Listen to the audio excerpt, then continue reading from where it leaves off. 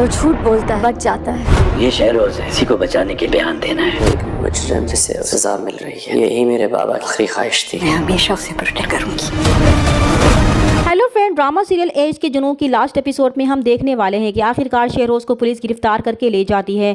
आफिया ने उसे बचाने की हर मुमकिन कोशिश कर ली, यहाँ तक कि अपने शोहर तक को खो दिया, लेकिन इसके बावजूद वो अपनी हरकतों से बाज नहीं आती। वो अपने भाई की मन्नतें करती है कि वो शहरोज को बचा ले, लेकिन इस बार फारूक भी उनका साथ नहीं देगा, क्योंकि वो जानता है कि शहरोज को अपने किए पर ज़रा भी पछतावा या शर्मिंदगी नहीं है।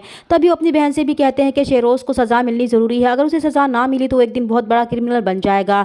इसलिए अब वो मजीद इसका साथ नहीं दे सकते, क्योंकि गलती उनकी है। अगर वो शुरू से ही उसे प्रोटेक्ट ना करती तो आज हालात ऐसे ना होते। लेकिन आफिया अपनी गलती तस्लीम करने के बजाय फिर से शहरोज को बचाने के लिए राहिम के पास जाती है कि वो अगर चाहे तो शहरोज को बचा सकता है। वो जानती है कि शहरोज ने गुनाह किया है, लेकिन वो है तो उसका छोटा भाई, वो उसे माफ़ भी तो कर सकता है। अब तो वो और एमन भी अपनी ज़िंदगी में खुश हैं। अई नवाज ने भी 80% के साथ ये घर उन्हें दे दिया है, लेकिन इनके पास तो शहरोज के सिवा कुछ भी नहीं बचा।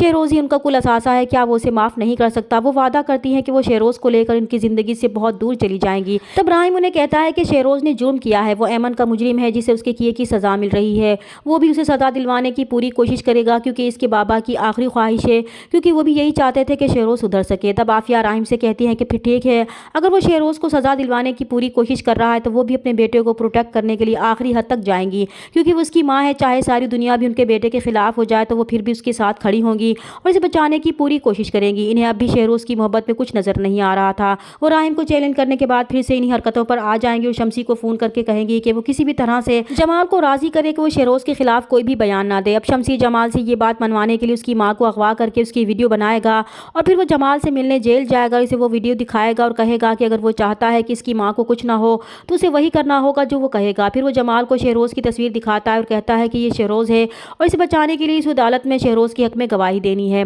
अगर उसने कोई भी चालाकी करने की कोशिश की तो इसकी माँ जिंदा नहीं बचेगी।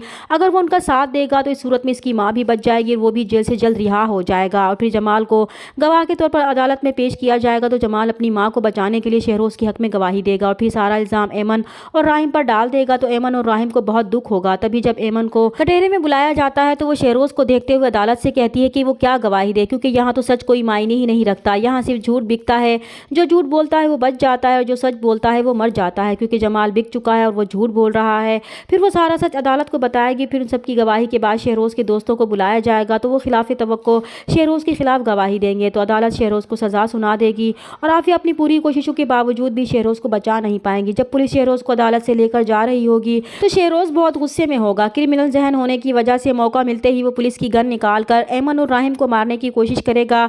तभी उसे रोकने के लिए पुलिस इस पर गोली चला देगी तो राहिम मौके पर ही ख़त्म हो जाएगा और इसे बचाने वाली आफिया अब खाली हाथ रह जाएगी। शोहर के बाद वो शहरोज को भी खो चुकी थी और इनके पास सिवाय पछतावे के कुछ नहीं बचेगा। तो फ्रेंड्स, आपको क्या लगता है कि ड्रामे का एंड ऐसा ही होगा? तो कमेंट्स बॉक्स में ज़रूर बताइएगा। चैनल पर नए हैं तो प्लीज़ चैनल को सब्सक्राइब कर दें। मिलते हैं नेक्स्ट वीडियो में, तब तक के लिए अल्लाह हाफिज़।